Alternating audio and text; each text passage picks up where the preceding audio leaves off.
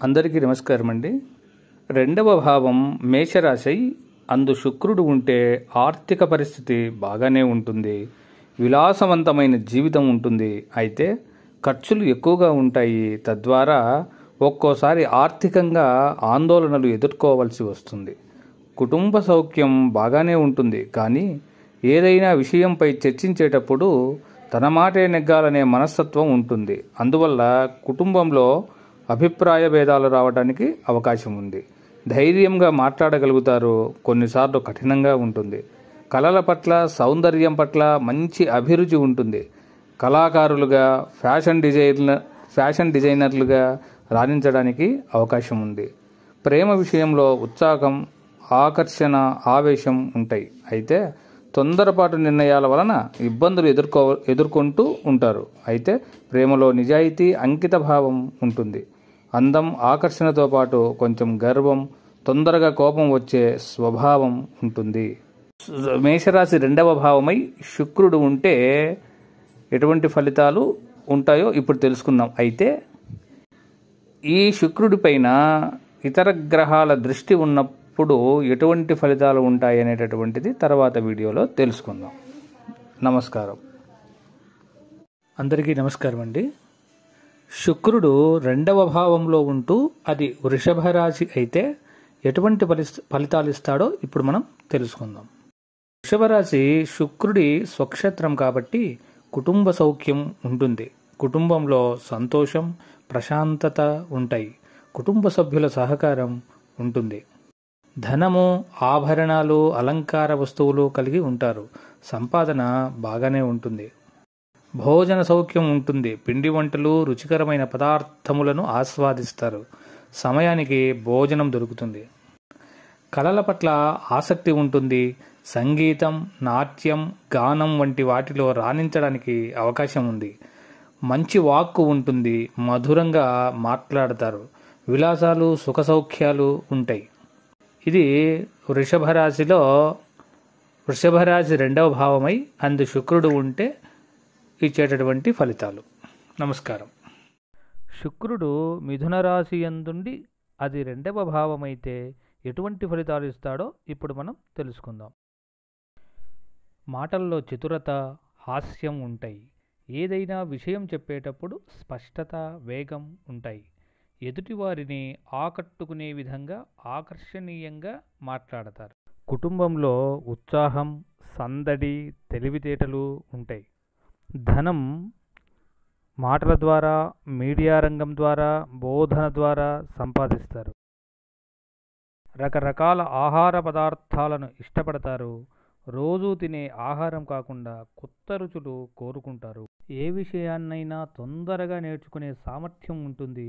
తెలివితేటలు ఎక్కువగా ఉంటాయి. చాలా చురుకుగా ఉంటారు. రచనలు చేయడంలో నైపుణ్యం ఉంటుంది. సృజనాత్మకంగా ఆలోచిస్తారు. ప్రేమ విషయంలో వీరు చాలా ఫాస్ట్గా ఉంటారు. వీరు ఆకర్షణీయమైన మాట తీరు చూసి ఎదుటివారు తొందరగా ప్రేమలో పడతారు. ప్రేమలో స్థిరత్వం తక్కువ. అయితే శుభగ్రహ దృష్టి ఉంటే వీరి ప్రేమ దీర్ఘకాలం కొనసాగుతుంది. ఈ వీడియో మీకు నచ్చితే సబ్స్క్రైబ్ చేయండి, లైక్ చేయండి, షేర్ చేయండి. నమస్కారం. అందరికీ నమస్కారం అండి. శుక్రుడు కర్కాటక రాశిలో ఉండి అది రెండవ భావమైతే ఎటువంటి ఫలితాలు ఇస్తాడో ఇప్పుడు మనం తెలుసుకుందాం. తీయగా మాట్లాడతారు. సున్నిత మనస్కులు, ఎక్కువగా భావోద్వేగానికి లోనవుతూ ఉంటారు. కుటుంబంపై ప్రేమ ఎక్కువగా ఉంటుంది. తల్లిపై ప్రేమ, గౌరవం ఉంటాయి. తల్లి మాటకు ప్రాముఖ్యతనిస్తారు. విద్య, వైద్యం, హోటల్ మేనేజ్మెంట్ మరియు పాల వ్యాపారం, ఆహార పదార్థాల ద్వారా ఆదాయం ఉంటుంది. సంపాదనలో మొదట ఇబ్బందులు ఎదుర్కొన్న తర్వాత ఆర్థిక స్థిరత్వం పొందుతారు. కళలపై ఆసక్తి ఉంటుంది. వీరు మంచి భావకులు. తమ భావాలను కళల ద్వారా వ్యక్తపరుస్తూ ఉంటారు. ముఖ్యంగా ఫోటోగ్రఫీ, నృత్యం మొదలైన వాటి ద్వారా రాణిస్తారు. ప్రేమ విషయంలో లోతైన భావోద్వేగాలను కనబరుస్తారు. నిర్ణయాలు తీసుకోవడంలో ఇబ్బందులు ఎదుర్కొంటూ ఉంటారు. చిన్న విషయాలపై కూడా ఎక్కువగా ఆలోచిస్తూ ఉంటారు. నమస్కారం. అందరికీ నమస్కారం అండి.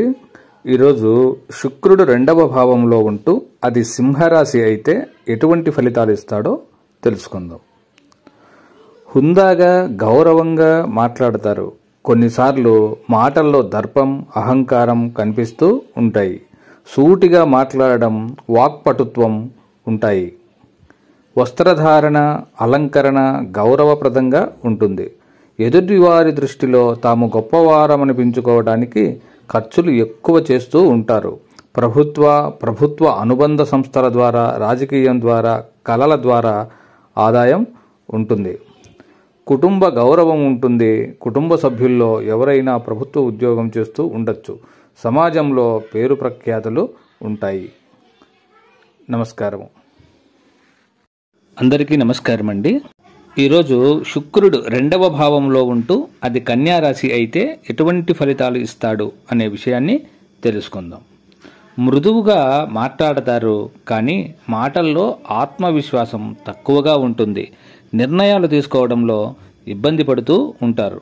సంపాదన విషయంలో కష్టపడుతూ ఉంటారు. అయితే సంపాదించిన ధనాన్ని అనాలోచితంగా ఖర్చు చేస్తారు.